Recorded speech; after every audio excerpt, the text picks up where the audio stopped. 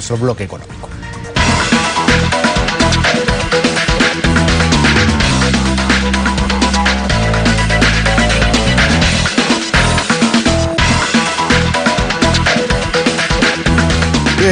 Las cifras de informalidad en nuestro país son verdaderamente altas, de las más altas de toda la región. Casi el 70% de nuestra economía se mueve en la informalidad. Y obviamente sectores como por ejemplo el turismo se ven afectados por la informalidad. Los turistas muchas veces caen en trampa de informales y esto deteriora nuestra imagen a nivel mundial. Estamos con Otto Regalado, profesor de SAM, para hablar justamente de este tema. No hay un protocolo, un acuerdo de fiscalización laboral, por ejemplo, para guías turísticos. ¿Cómo estás, Otto? ¿Qué tal? Muy bien, Juan Carlos, muchas gracias. Nuevamente encantado de estar en el set. Vamos a conversar un poco de este tema que nos preocupa más allá del sector, ¿no? Es en líneas generales la informalidad o los índices que bien ha señalado, ¿no? Claro, 7 de cada 10 empresas, trabajadores, etcétera, están en el lado de la informalidad, ¿no? Eso hace que la fiscalización sea mucho más complicada o inexistente incluso. Muy bien, habría que ponerse un poco en los zapatos de cada uno de los actores, ¿no? Pero antes de hablar puntualmente de ello, habría que hacer una reflexión general del impacto de la informalidad laboral en el desarrollo económico de un país, ¿verdad? Correcto. Más aún cuando hace referencia que en efecto el país tiene alrededor del 70%, que es un índice muy por encima del promedio de la región. En Latinoamérica está bordeando el 50%. Entonces eso verdaderamente sí es preocupante. Y vemos el interés pues de entidades, ¿no?, como la SUNAFIL, que tiene el propósito justamente de fiscalizar, ¿no?, y que muchas empresas pongan en orden esas cifras, ¿no? Pero generalmente se fiscaliza ese 30% formal, ¿no? Y ese 70% de informalidad pasa por el costado. Bueno, digamos que la SUNAFIL tiene una labor y es tratar de que los trabajadores en sus empresas puedan recibir los beneficios que tiene un trabajador en planilla, ¿verdad? Y por otro lado sabemos pues que estos trabajadores incurren un sobrecosto laboral, esa formalidad, un sobrecosto laboral, así se denomina, sobrecosto laboral, que obviamente impacta, ¿no?, obviamente en el costeo que realizan las empresas, ¿no? Estaba viendo algunas cifras que tú me enviaste. El 56% nada más de las agencias turísticas tienen, por ejemplo, licencia municipal. El resto está en la informalidad absoluta. El 81% de los alojamientos opera también desde la informalidad.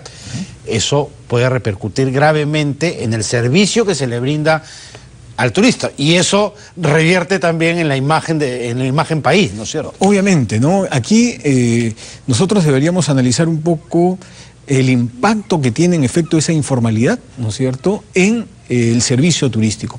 Porque uno podría decir, ¿por qué los trabajadores no se capacitan? ¿O por qué los trabajadores no están tan motivados o no son tan productivos finalmente, ¿no? Entonces, producto de esta informalidad, las consecuencias se ven también reflejadas en el servicio deficiente que puedan ofrecer, con las consecuencias que esto trae, porque nuevamente sabemos pues que un turista bien atendido se va contento y nos puede dejar... Claro, y es un agente publicitario del país. Sin duda, ¿no? Sin duda. Algo importante a notar en este tema, ¿no?, hablando una vez más de la informalidad o los índices, en las pequeñas empresas se presenta más ese índice de informalidad, ¿no es cierto? Entonces decimos pues que alrededor del 90%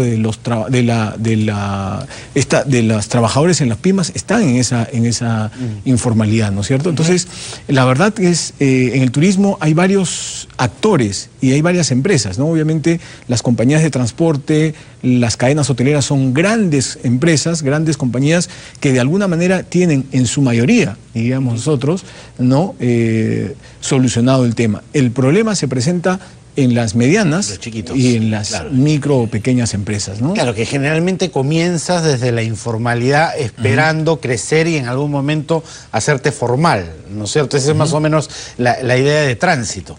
Claro, ahora la duda se presenta en qué sectores hay más informalidad y cómo actúa la SUNAFIL, ¿no?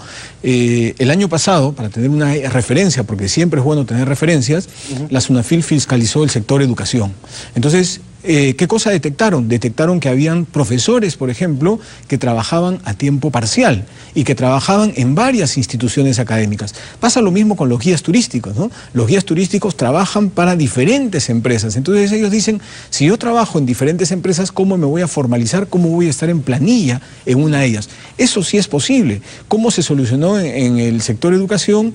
Pues se crearon contratos a tiempo parcial, donde sabemos que las personas no pueden trabajar más de 4 horas por día, o en promedio, ¿no es cierto? 4 horas, lo que hace una jornada semanal, o una semana de máximo 24 horas, ¿no? No podemos exceder las 24 horas. Entonces, lo mismo se podría hacer en el sector. Se podría generar contratos de trabajo a tiempo parcial, ¿no? En los cuales los guías turísticos, por ejemplo, podrían trabajar pocas horas, porque sabemos cuál es la particularidad del sector en cada una de las empresas, ¿no?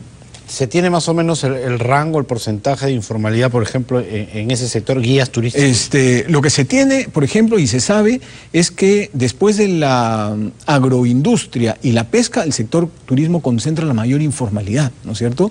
Es un sector donde verdaderamente las personas trabajan de manera independiente y trabajan por horas y en diferentes empresas, ¿no? Entonces, lo que hay que tratar para hacer un análisis de alguna manera que sea equitativo es ponerse en los zapatos del Estado, de las empresas y de los trabajadores, y buscar por encima de todo el beneficio para todos. O sea, sabemos que la formalización de estas condiciones laborales favorecen de todo punto de vista el desarrollo del país. Sabemos que las empresas van a tener trabajadores más productivos. Claro, ellos se cuestionarán, pero voy a incurrir en sobrecostos laborales. Sí, pero los trabajadores por su lado necesitan pues tener vamos a decir, beneficios sociales, ¿no? Seguridad para atenderse, en el caso tengan alguna urgencia médica, tener un seguro de vida ley. ¿Qué pasa si ocurre un accidente, ¿no es cierto?, a ese trabajador que nadie lo desea, ¿no? Y cómo atienden o cómo solucionan ese problema. Entonces, muchas veces las empresas incurren en otros sobrecostos por no tener asegurado a la persona, ¿no? Además, hay que decirlo, es un sector que está creciendo, o sea, que al cual le está yendo bien. Todos deberían participar de ese bienestar. Tengo entendido que el año pasado ha crecido hasta un 15%, ¿no? Bueno, hoy día han salido cifras, ¿no? Del 2018 al 2019 se creció cerca del 10%. Las cifras del 2019, aunque no dan todavía el gasto, ¿no?, ha sido más o menos semejante a los que se recibió el 2018, ¿no? Entonces, más o menos estamos hablando de unos 4.400.000 turistas que recibimos por año. La meta es llegar a los 4.800.000 turistas este año, pero bueno, dada la coyuntura actual, ¿no? Hay que ser un poco cauto, ¿no? Un poco cauto porque cuando uno da las cifras, porque sabemos muy bien que el sector está de alguna manera paralizado, ¿no? Claro, por el tema del coronavirus y el miedo a viajar. A viajar, ¿no? Hay países como, el día de hoy hemos leído, países como Israel, que han ya prohibido, ¿no?, la llegada de turistas provenientes de Francia o que hayan estado en Francia. O sea, esto comenzó con China y algunos países del sudeste asiático, también con Italia, pero ahora se va de alguna manera viendo que están prohibiendo las entradas de turistas o viajeros que vienen de... Si esto no se controla, tú avisoras que podría ser un mal año para el turismo. Sin duda, ¿no? Hay factores externos que influyen obviamente en el desarrollo de un sector. Puntualmente el sector turismo es un sector muy sensible a la salud, ¿no? La salubridad en general, la higiene, y si es que transmitimos no hablo de Perú, hablo del mundo en general, ¿no es cierto?, este problema, la gente va a dejar de viajar y obviamente eso impacta en la economía de los países, ¿no? Sí, pues, bueno, será algo a analizar. Muchísimas gracias, Otto, por haber estado aquí. Encantado una vez más. Otto Regalado, profesor de SAN, ha estado con nosotros en nuestro bloque económico. Así lo cerramos.